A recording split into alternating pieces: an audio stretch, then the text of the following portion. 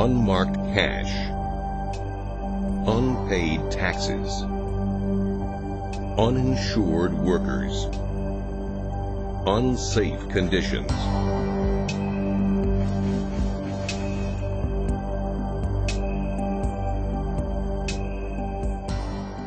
Worker misclassification is a huge problem, and it's a problem for all of us.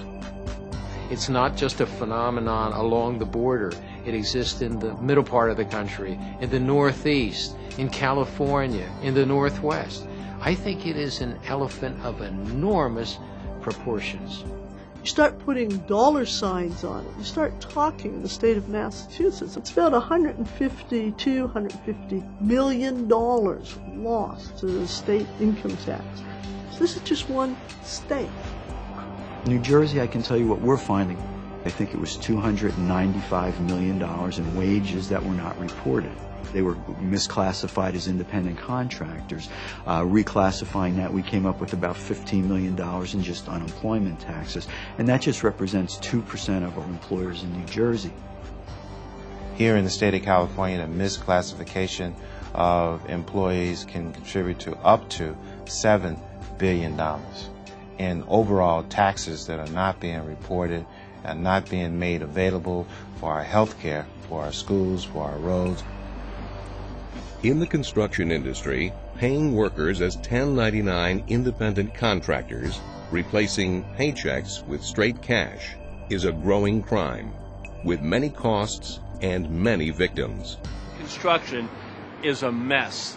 Tons of work is under the table. When I was paying guys under the table, I would tell them, there's nothing getting paid into Social Security or L&I or anything like that, but if you get hurt, you go on the books that day. I was going to be an employee. It completely was a sham. They never turned in the paperwork. I never received any tax information at the end of the year. Wasn't covered by unemployment insurance, none of that kind of stuff. I know it's worse today. It's happening to way more people today than what it was when I did it. Obviously, there's a growing number of people out there who know what the law is, who know they're doing it wrong, and they're hoping they're not going to get caught.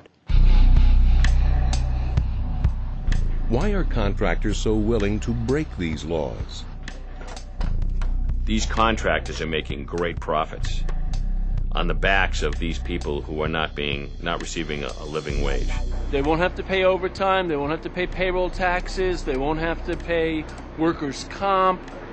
It's all about the bottom line and nothing more than that.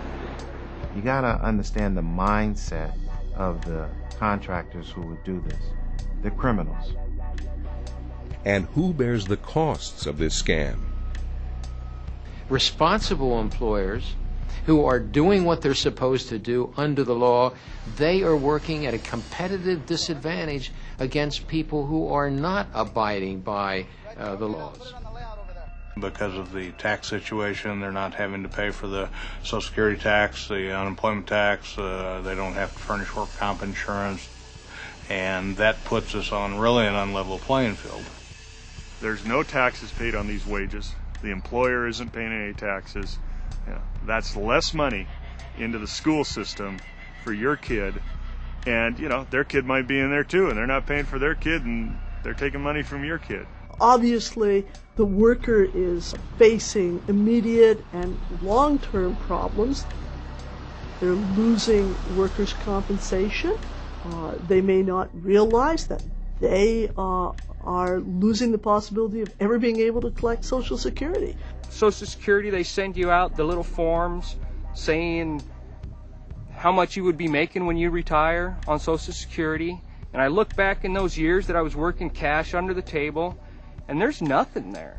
The medical system is a stakeholder because benefits are not paid, people don't have medical insurance, the emergency rooms are filled with people that the hospitals have to accommodate. This is a form of insurance scam that's hurting the insurance company. So you are paying higher insurance premiums for that. Your employers are paying higher workers' compensation premiums because of misclassified employees. When you got criminals out there that are stealing taxes, not paying their appropriate amount of taxes under the law, it puts a burden on all of us. All of us. But worker misclassification is about more than the money. Dishonest contractors put workers at risk. Now they push the envelope a little further. Now what corner can we cut next? And it's the next thing, naturally, is safety. I asked them to put 2x4s to protect the people from fall.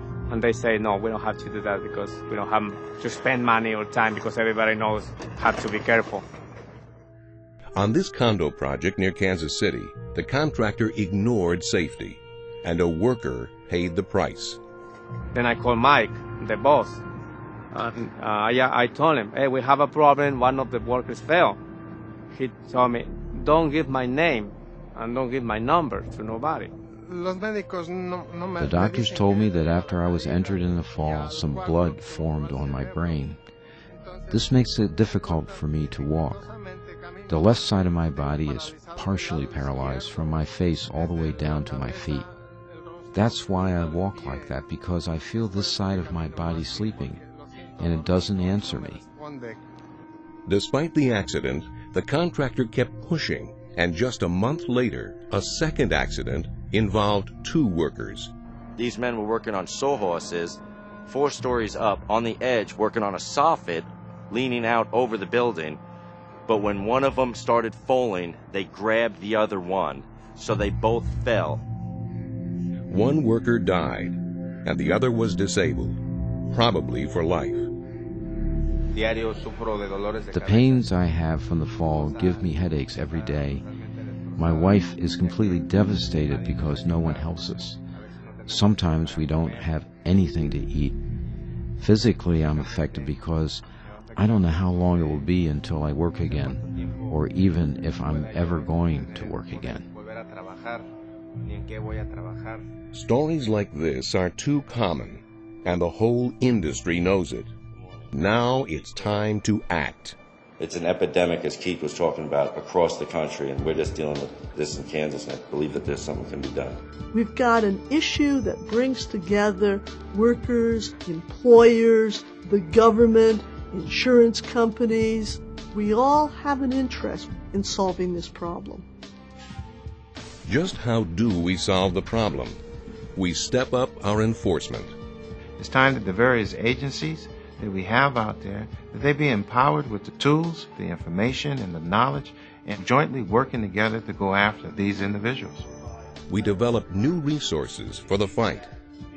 Coming up with various audit and investigative approaches where it's going to include the Division of Taxation, various states' revenue departments and labor departments. And I think the biggest thing that we have to do is trying to leverage, say, federal and state laws and agencies to address the real abusers of the problem. And we solve the problem by prosecuting every crime. I took an oath of office as a prosecutor, and my oath says that in my jurisdiction, if a crime is being committed and I can prove that crime, that I have an obligation to do that. The prosecutor has tools that no other person has. Of course, the power of a grand jury, and secondly, search warrants. Civil forfeiture is another tool that we use. In one case, we had a contractor. He received jail time. He had to repay the workers, and then I took virtually every one of his assets. And what we do is we use that money in order to sustain further prosecution. We conduct those cases. There is absolutely no reason, and we do it together. There is just no reason whatsoever why we can't, A, be putting these contractors and the subcontractors in jail. Thank you. Winning this fight will mean more law enforcement, and it won't cost a lot to do more. A nominal amount of funding is necessary. For every 50 cents we put in, we probably get $50 back. You know, if we aggressively go after these individuals. This is an effort that everyone can support. And I believe that both Republicans and Democrats believe we ought to protect legitimate businesses that are playing by the rules, that are cooperating, that are protecting their employees, and paying the fair share. 1099 misclassification. It's time to play by the rules.